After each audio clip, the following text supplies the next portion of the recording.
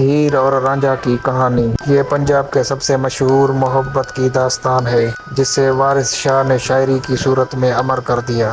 رانجھا ایک خوبصورت نوجوان تھا جو تخت ہزارہ کے رئیس کا بیٹا تھا۔ جب اس کے والد کا انتقال ہوا تو بھائیوں نے اس سے ناروا سلوک کیا۔ دل برداشتہ ہو کر رانجھا اپنے گھر سے نکل پڑا۔ سفر کرتے کرتے وہ جھنگ کے علاقے میں پہنچا جہاں اس کی ملاقات ہیر سے ہوئی جو ایک رئیس چچک سیال کی بیٹی تھی۔ ہیر کی خوبصورتی نے رانجھے کا دل جیت لیا اور دونوں ایک دوسرے کی محبت میں گرفتار ہو گئے۔ ہیر نے رانجھا کو اپنے والد کے مویشیوں کا رکھوالا بنا دیا تاکہ وہ دونوں ساتھ ساتھ وقت گزار سکیں۔ ان کی محبت پروان چڑھنے لگی مگر قسمت کو کچھ اور منظور تھا۔ ہیر کے والدین جب ان کے تعلق کا علم ہوا تو انہوں نے ناراض ہو کر ہیر کی شادی زبردستی سیدہ کھیڑا سے کر دی۔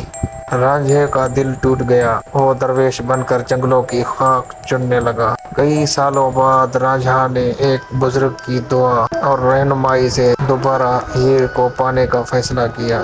ہیر بھی رانجھے سے محبت کرتی تھی۔ وہ اپنی شادی سے ناخوش تھی۔ ان دونوں نے مل کر اپنے والدین کو منایا۔ بالآخر ہیر کے ماں باپ نے ان کی شادی کی اجازت دے دی مگر ہیر کے چچا قیدو کو یہ رشتہ پسند نہ تھا۔ اس نے ہیر کو زہر دے دیا۔